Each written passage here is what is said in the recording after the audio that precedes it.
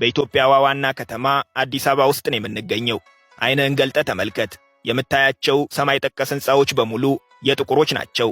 ይህንን ለራሳቸው ለኢትዮጵያውያን ብትነግራቸው ምን እያልክ እንደሆነ ላይገባቸው ይችላል።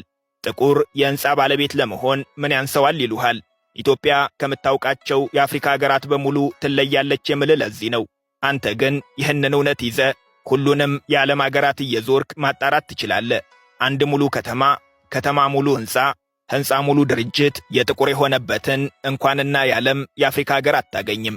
ከናይሮቢ ጆሐንስበርግ፣ ፕሪቶሪያ፣ ከዳሬ ሰላም ሉዋንዳ፣ አቡጃ፣ ከኪጋሊ ራባት፣ ካሳብላንካ እየዞርክ መሃል ከተማ ቆመ ሰማይ ጠቀሶቹ ሕንፃዎች የማን እንደሆኑ፣ ጥሩ በሚባሉ የመኖሪያ መንደሮች ውስጥ ማን እንደሚኖር፣ ታላላቆቹን የንግድ ድርጅቶች ማን እንደሚዘውር ብትጠይቅ ጥቁር በገዛ ሀገሩ በገዛ አህጉሩም የንብረት ባለቤት ለመሆን እንዳልታደለ ትረዳለህ።